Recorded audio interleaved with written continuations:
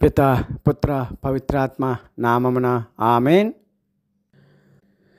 గౌరవనీయులైన స్నేహితులారా, యూట్యూబ్ ద్వారా కరోనా కాలంలో కరుణామయుని కటాక్షాలు అను సువార్త వాక్యాలను, యేసుక్రీస్తు రోగులను స్వస్థపరిచిన విధానాన్ని తెలుసుకుంటున్న ప్రియ గౌరవనీయులైన సహోదరి సహోదరులారా, ఇప్పటి వరకు మీరంతా యేసుక్రీస్తు దేవుడు కరోనా కాలంలో చేసిన అద్భుతాల గురించి 4 భాగాలుగా విన్నారు.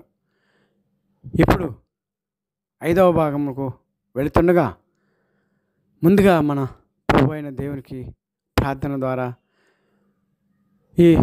మనం దేవుని అద్భుతాలు వింటున్న సమయంలో మనల్ని ప్రేరేపించమని, వారి యొక్క అద్భుత శక్తిని అర్థం చేసుకునే మనస్తత్వాన్ని అనుగ్రహించమని, ఆ మనస్తత్వం ద్వారా నిజమైన దేవుడు యేసుక్రీస్తేనని తెలుసుకునే భాగ్యాన్ని మనకు ప్రసాదించమని,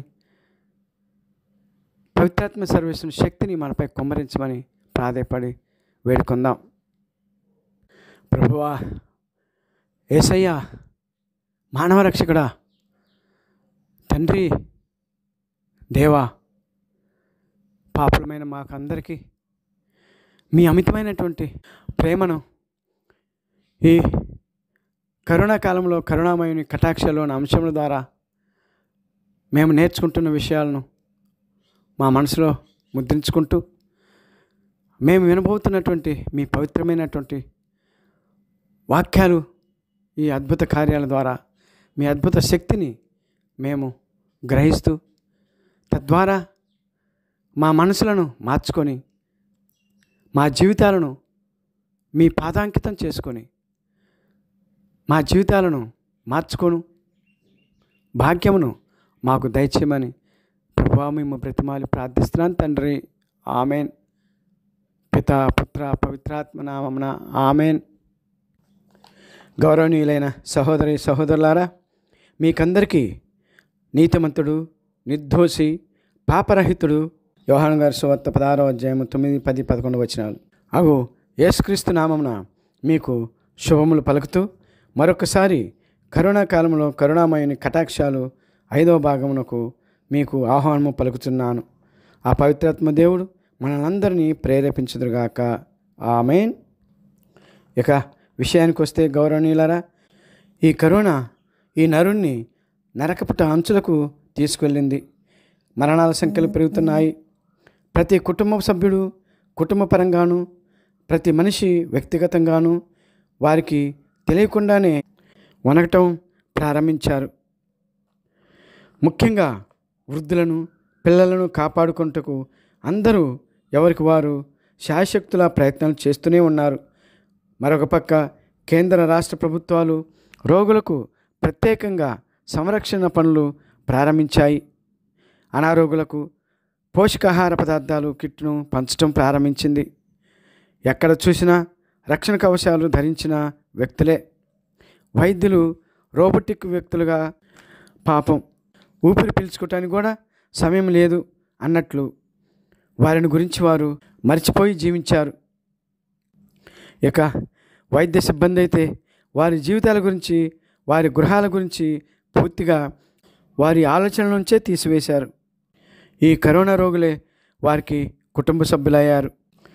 ఆ రోగులే స్నేహితులుగా, ఆ రోగులే బిడ్డలుగా జీవించారంటే చూడండి, వారు ఎంత అంకితభావంతో వారి విధిని నిర్వహించారో మనకు అర్థమవుతుంది. ప్రియమైన స్నేహితులారా, ఇప్పుడు ఆ విషయాలన్నీ వారికి గుర్తు చేస్తే వారే నమ్మలేని పరిస్థితులు అవి. కొన్ని దేశాలైతే వైద్య సిబ్బంది కరువై విదేశాలను వైద్యుల కొరకు భిక్షంగా అడుక్కున్న పరిస్థితులు అవి. అస్సలు ఆ విషయాలు మనం గుర్తు చేసుకుంటే చైనావాడు మానవుడిపైకి మరణమనే పిచ్చి కుక్కను వదిలాడా అన్నట్లు ఆ పరిస్థితులు గుర్తుకొస్తాయి. మరోపక్క తల్లిదండ్రులు బిడ్డలను పోషించుకోవాలి. పనివారికి పనులు లేవు. బయటికి కాలు పెట్టు అనుమతి లేదు. సామాన్యుడు ఎవరినన్నా అప్పు అడుగుదామంటే, ఎవరైనా జాలి కలిగి అప్పు ఇద్దామన్నా తీసుకున్నాక ఇచ్చే మార్గం లేదు. ఉన్నవాడు ఇద్దామనుకున్న తన గురించి ఎక్కువగా ఆలోచించవలసిన పరిస్థితి. ఎదుటివారికి ఇస్తే తను తిరిగి ఇవ్వలేడేమోనని ఒకటికి 10 సార్లు ఆలోచించాల్సిన దుస్థితి. తన కుటుంబ పరిస్థితి ఏమిటి అని ఆలోచించాల్సిన సమయం అది. ఇక ప్రైవేటు సంస్థల్లో పనిచేసే వారి యొక్క జీవితం గురించి ఆలోచిస్తే వారి జీవితాలు అయితే నరకానికి రాజ్యమార్గం, స్వర్గానికి ఇరుగుబాట అన్నట్లుంది వారి పరిస్థితి. ఇంతటి గడ్డు పరిస్థితుల్లో నోవా కాలంలో నోవాను యెహోవా దేవుడు జలప్రాయంలో ఓడ నిర్మించుకొని తన కుటుంబమును మరియు వివిధ ప్రాణుల జంటలను ఓడనెక్కించుకొని కాపాడుకోమన్నట్లుగా భారతదేశ శాస్త్రజ్ఞులు విజయవంతపు వ్యాక్సిన్ ప్రయోగాలు సమయానుకూలంగా రాష్ట్రాలకు, విదేశాలకు పంపిణీ వల్ల మన దేశ ప్రజలను ఎడారిలో బాటసారులకు ఓయాసిస్ దాహార్తి తీర్చినట్లుగా మరణబాట పట్టిన ప్రజలను దారి మళ్లించి బ్రతుకుబాట పట్టించారు అని చెప్పటం అతిశయోక్తి కాదు. అంతగా దేవుడు యేసయ్య వారి ద్వారా పరోక్షంగా తన ప్రతిరూపాలను కాపాడుకున్నాడు. ఎండలో మగ్గుతున్న వ్యక్తికి మధ్యగా ఉపశమనం ఇచ్చినట్లుగా ఈ సైంటిస్టులకు మన ప్రభుత్వాలు సహకరించడం వలన, మరీ ప్రధానంగా మన రాష్ట్ర ప్రభుత్వము రెవల్యూషనరీ ఆలోచనతో వాలంటీర్ వ్యవస్థ ద్వారా ఇంటింటికి పంపించి అప్పుడే పుట్టిన పసికందు నుంచి అత్యంత వృద్ధుల వరకు ఎవ్వరినీ వదలకు కరోనా పరీక్షలు చేసి వ్యాధి ఉన్న వారిని ప్రత్యేకించి ప్రదేశాలకు తీసుకువెళ్ళి అత్యంత శ్రద్ధతో వారికి ఇంట్లో వారికన్నా ఎక్కువగా ప్రత్యేకించిన గదుల్లో ట్రీట్మెంట్ ద్వారా శ్రద్ధ తీసుకున్నారు. అలా మన ప్రభుత్వం వారిని పరోక్షంగా బ్రతికించుకుంటే ఇక్కడ మన తాడేపల్లిగూడెం ప్రజలను ప్రత్యక్షంగా నా తోడు వచ్చి కాపాడుకున్నారు మన యేసయ్య అని చెబితే మీరు నమ్ముతారా గౌరవనీయ యూట్యూబ్ వీక్షకులారా? అదేలాగో చెప్తాను, దయచేసి శ్రద్ధగా వినండి. దేశ రాష్ట్ర ప్రభుత్వాలు ఈ కోవిడ్-19 ప్రభావం తీవ్రతరమైనందున అన్ని చోట్ల లాక్డౌన్ ప్రకటించారు. దేశమంతా ఒంటరి ప్రయాణాలు తప్ప సామాజిక కదలికలు, ప్రయాణాలు నిషేధించారు.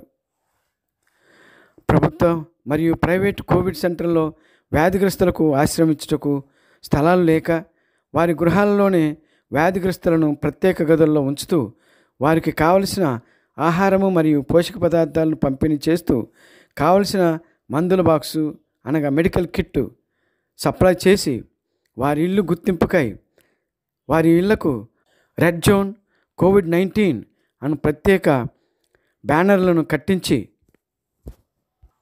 ఆ ఇళ్లకు ప్రత్యేకంగా వైద్య సదుపాయాలు కల్పిస్తూ చాలా అంటే చాలాగా మిగిలిన రాష్ట్రాల కంటే మిన్నగా ఉన్నతంగా ఒక్క మాటలో చెప్పాలంటే కంటికి రెప్పలా ప్రాణానికి ప్రాణంగా తన ప్రజలను చూసుకొని కాపాడుకున్నారు అని చెప్తా సరైన పదం. ఇక్కడ ఈ క్లిష్టమైన లాక్డౌన్ మరియు రెడ్ జోన్ల ద్వారా ట్రీట్మెంట్ను క్రమబద్ధీకరించి జనసంచారాన్ని కట్టడి చేశారు. అటువంటి సమయంలో ప్రభువా నేనేం చేయాలి అని ప్రభువుని నేను ప్రార్థించాను. నీ బిడ్డలను ఎలా వారి ఇళ్ళకెళ్ళి కాపాడుకోవాలి అని దేవునికి ప్రార్థన చేశాను.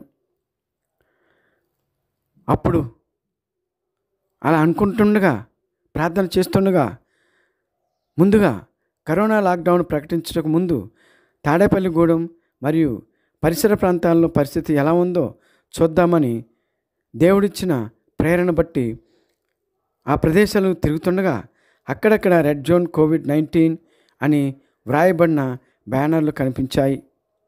అలా గ్రామాలు చూసుకుంటూ వెళ్తుండగా కుంచనపల్లి గ్రామంలోనికి ప్రవేశిస్తున్న సమయంలో నాకు తెలిసిన ఒక కుంచనపల్లి గ్రామస్తుడు నాకు ఎదురయ్యి, ఏంటి సార్ ఇటు వచ్చారు అని నన్ను పలకరించగా, నేను ఏం లేదు సార్, మీ గ్రామం కొరకు ప్రార్థించాను, ఇప్పుడు మీ గ్రామంలో కరోనా తీవ్రత ఎలా ఉందో చూద్దామని వచ్చాను అన్నాను. దానికి సమాధానంగా ఆ సార్ గారు, మా గ్రామం నుంచి 80 మంది కోవిడ్తో గవర్నమెంట్ ఏరియా హాస్పిటల్లో ఉన్నారు సార్ అని ఆయన చెప్పగా విని చలించిపోయాను. ఇదేంటి యేసయ్యా, మీ చిత్తం ప్రకారం ఈ గ్రామం అంతా తిరిగి ప్రార్థించాను కదా అని దేవుడు యేసయ్యతో విన్నవించి మరలా ప్రార్థిద్దామని మరుసటి రోజే కుంచెనపల్లి గ్రామానికి వెళ్ళగా ఆ గ్రామానికి కంచె వేసి రెడ్ జోన్ కోవిడ్-19 అని బ్యానర్ వేసి ఉంది.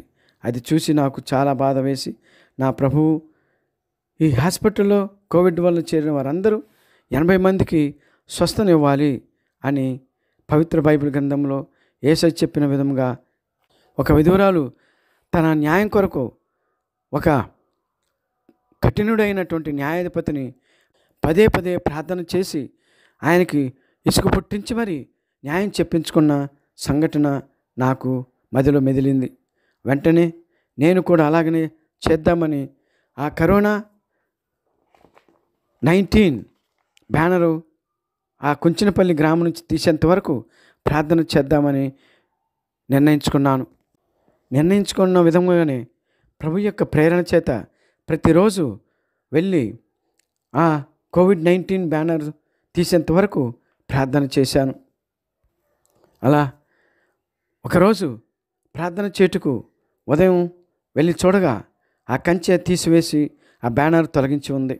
వెంటనే నాకు విషయం చెప్పిన సార్ గారు గుర్తుకొచ్చి వారికి ఫోన్ చేసి విషయం వాకపు చేయగా ఆ సార్ గారు, సార్ మా గ్రామం నుంచి ఆ 80 మంది కరోనా తగ్గి ఇళ్లకు వచ్చారు సార్ అని ఫోన్లో చెప్పారు. అప్పుడు నేను పొందిన ఆ ఆనందాన్ని ఊహించండి ప్రియ స్నేహితులారా. నా ప్రార్థన ఆలకించి 80 మందికి స్వస్థత ఇవ్వటం, అది ఒకే గ్రామం నుంచి ఎంత దైవానుభూతిని నాకు ఇచ్చి ఉంటుంది. గౌరవనీయులైన స్నేహితులారా, ఊహించండి. ఆ అద్భుత సంఘటన నన్ను మరింతగా ప్రోత్సహించింది. నా ప్రభువు నాకు ఇంకా ఎక్కువ ప్రోత్సాహ శక్తిని ఇచ్చారు. అది ఎలాగో మీరు ఊహించగలరా ప్రియ గౌరవనీయులైన స్నేహితులారా? మీరే కాదు, నేనే అప్పటి వరకు ఊహించలేదు. అది ఎలాగంటే లాక్డౌన్ సమయంలో కూడా నా ప్రార్థన నా ఈ తాడేపల్లిగూడ పట్టణ ప్రజలను ఎంతమందిని వీలైతే అంతమందిని నా యేసయ్య నాకు వెంటుండి నడిపిస్తే, స్వస్థతనిస్తే అంతమందిని కాపాడుకోవాలి అని ఉదయాన్నే టిఫిన్ చేసి బయలుదేరేవాడిని. అయితే ఆ రోజు ప్రభుత్వ ఏరియా ఆసుపత్రికి ఎప్పటిలాగా బయలుదేరాను. అక్కడ లోపలకు లాక్డౌన్ వల్ల గేట్లు మూసివేసి ఉండేవారు. కానీ నా యేసయ్య ఆ గేటు దగ్గర ఒక ప్రక్కన మోకాళ్ళుని ప్రార్థన చేయమని ప్రేరణ ఇచ్చారు. అప్పటి నుండి ప్రతిరోజు అలాగే చేసేవాడిని. ఒకరోజు అలాగే ప్రభుత్వ ఆసుపత్రికి వెళ్తుండగా వేకర్స్ కాలనీ అపూర్వ కుట్టుసందు అమ్మనవారి వీధి ప్రారంభంలో రెడ్ జోన్ కోవిడ్-19 అని బ్యానర్ కట్టి ఉండటం చూశాను. మనందరికీ యేసయ్య దయాగుణం గురించి తెలుసు కదా. అందుకే వెంటనే నా బండిని ఆపి ఆ బ్యానర్ ముందు మోకరిల్లి ప్రార్థన చేశాను. అలా మొదటిగా రెడ్ జోన్ కోవిడ్-19 అని బ్యానర్ కట్టిన ప్రతి ఇంటి వద్దకు వెళ్ళి మోకాళ్ళుని ప్రార్థన చేయటం ప్రారంభించి, ఆ విధంగా ఆ కరోనా సోకిన రెడ్ జోన్ కోవిడ్-19 అను బ్యానర్ కట్టిన ప్రతి ఇంట్లోనూ ఉన్నటువంటి అనారోగ్యవంతులకు దేవుడు యేసయ్య స్వస్థనిచ్చారు.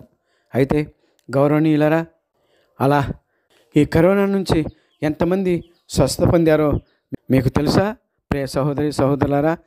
దాదాపుగా 130 మంది ఈ కరోనా సమయంలో మన ప్రభువైన దేవుని యొక్క స్వస్థత శక్తి ద్వారా స్వస్థత పొందారు. అయితే ఈ కరోనా రోగులకు స్వస్థత దేవుడే ఇచ్చారు అనుమానం మీకు రావచ్చు యూట్యూబ్ ప్రేక్షకులారా.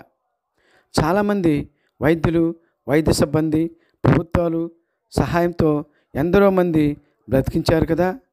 ఇందులో ప్రత్యేకత ఏముంది అని మీరు ప్రశ్నించవచ్చు. కానీ ఇందులో దేవుడు యేసయ్య ప్రత్యక్షంగా ఈ అద్భుతాలు చేశారు అనుటకు నేనే సాక్ష్యం. అదేంటంటే, ఒకరోజు నేను అలా ప్రతి రెడ్ జోన్ కోవిడ్-19 బ్యానర్ ఉన్న ఇంటికి వెళ్ళి ఆ ఇంటి ముందు ఉండి ప్రార్థించుకుంటూ వెళ్తుండగా తాడేపల్లిగూడెం టౌన్ పెద్ద మార్కెట్ రోడ్డు తర్వాత భీమవరం వెళ్ళే రోడ్లో పెట్రోల్ బంక్ ఉంది. ఆ పెట్రోల్ బంక్ ప్రాంతం వరకు వెళ్ళి ఇక ఇంటికి తిరిగి వెళ్దామని నా బండిని తిప్పుతూ ఉండగా నా బండి నాకు తెలియకుండానే ముందుకు సాగిపోయింది. నాకు ఆశ్చర్యం వేసి ఇదేంటి అనుకొని ముందుకు వెళ్ళి నా ఎడమవైపు చూడగా అక్కడ సందులో ఇంటి ముందు రెడ్ జోన్ కోవిడ్-19 అను బ్యానర్ కట్టి ఉంది. అప్పుడు అర్థమైంది, ప్రియ సహోదరి సహోదరులారా, నా వెంట మన ప్రభు అయిన యేసుక్రీస్తు వచ్చి ఆ బిడ్డలకు స్వస్థతను ఇస్తున్నారు అని. వెంటనే నేను నా బండిని దిగి ఆ బ్యానర్ ముందు మోకరిల్లి ప్రార్థించి ఇంటికి తిరిగి వెళ్ళాను. చూడండి గౌరవనీయులైన యూట్యూబ్ వీక్షకులారా, ఈ సంఘటనను వింటే మీకు ఏమనిపిస్తుంది?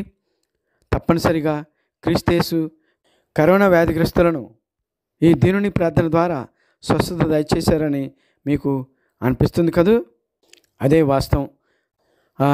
అత్యంత ప్రమాదకరమైన ఆ కరోనా సమయంలో మాస్క్ ధరించకుండా, శానిటేషన్ వాడకుండా, వ్యాక్సినేషన్ వేయించుకోకుండా ఉన్న నాకు తోడుగా ఉండి నన్ను నడిపించి కరోనా బాధిత తాడేపల్లిగూడెం పట్టణం మరియు పరిసర గ్రామ ప్రజలను కాపాడుకున్నారంటే చూడండి ప్రియమైన సహోదరి సహోదరులారా, క్రీస్తు దేవునికి తన బిడ్డలైన ఈ తాడేపల్లిగూడెం ప్రజలపైన ఎంత ప్రేమ ఉందో.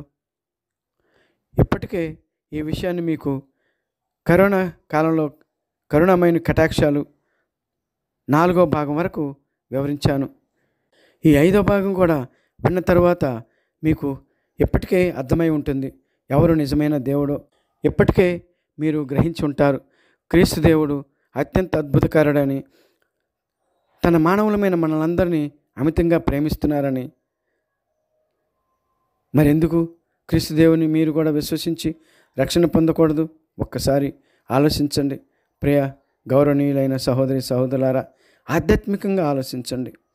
ప్రియ స్నేహితులారా, మనల్నందరినీ మన ప్రభు అయిన యేసుక్రీస్తు సర్వ సృష్టికర్త అయిన ఒకే ఒక్క త్రియేక దేవుడు ఆశీర్వదించి అన్ని ఘోరమైన క్లిష్ట పరిస్థితుల నుంచి మరియు ప్రకృతి వైపరీత్యాల నుండి సంభవించే ప్రాణ సంకటమైన పరిస్థితుల నుంచి కూడా దాన్ని కాచి కాపాడుతున్న దేవుడు నిరంతరము మనకు తోడై ఉందురుగాక. ఆమెన్. పిత పుత్ర పవిత్రాత్మ నామమున ఆమెన్.